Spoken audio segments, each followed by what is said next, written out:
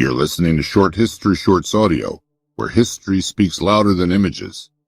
The Old Kingdom of Egypt, famed for its pyramids, eternal stone statues, and divine kingship, stood for nearly 500 years, from around 2686 to 2181 BC. But by the close of the 6th dynasty, the state that had built the Great Pyramid was unraveling. Egypt's first golden age collapsed not in fire or conquest, but in silence, fragmentation, and famine. This was not a sudden fall. It was erosion, slow, cumulative, and devastating. For centuries, the pharaoh had ruled as a god on earth. His word was law, his presence divine, his building projects the heartbeat of the state. But as the Old Kingdom aged, cracks formed beneath the polished surface. The seeds of collapse were laid during the reign of Pepi II, the longest reigning monarch in recorded history, reportedly over 90 years. While that longevity may sound impressive, it came with problems. Pepi II likely outlived most of his heirs, leading to succession chaos. Local governors, called nomarchs, gained power, autonomy, and wealth. They once answered directly to the pharaoh. Now they ruled their nomes like independent lords, passing on titles hereditarily, carving elaborate tombs, and rivaling the central government in influence.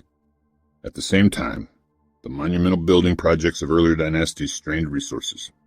Tombs became smaller, less elaborate, and more localized. The state's ability to fund massive stone works or tightly managed resources began to wane.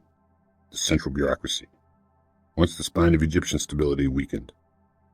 Taxes went uncollected. Regional temples competed for authority. Grain distribution faltered. The symbolic harmony of Ma'at, cosmic order, was visibly breaking down. But the final blow was environmental. Recent climatological studies and sediment cores from the Nile Valley show evidence of a devastating drought at the end of the Old Kingdom. The Nile failed to flood properly for several years in a row. Without the annual inundation, fields dried up. Crops failed. Starvation spread. The Nile, once the giver of life, had turned silent and thin. This wasn't just a poor harvest. It was an agricultural collapse. Famine records will collapse. Famine records from this period speak of people resorting to cannibalism, of cities turning to anarchy, of the living envying the dead.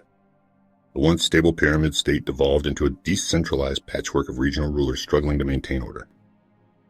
The Egyptian historian Manetho, writing centuries later, called this era a time of 70 kings and 70 days, a poetic way to describe utter chaos.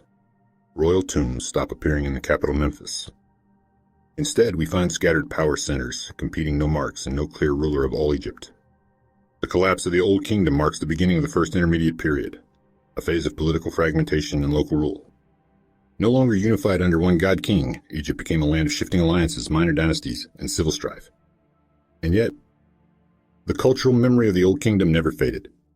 Later, Egyptians would look back on the Pyramid Age as a time of divine perfection, of righteous rule and monumental glory. But this nostalgia also served a political purpose. Middle and New Kingdom rulers presented themselves as restorers of order, champions of Ma'at in the face of past chaos. They studied the collapse of the Old Kingdom and learned a hard lesson.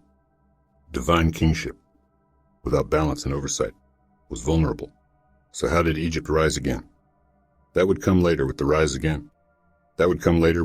Thebes, the reunification under Mentuhotep II, and the dawn of the Middle Kingdom. But the Old Kingdom's fall was a sobering reminder that even the mightiest civilizations, even those that build in stone, are not immune to nature, neglect, or human ambition. Egypt's first great age had ended, but its legacy, the pyramids, the art, the concept of kingship, would shape every dynasty that followed.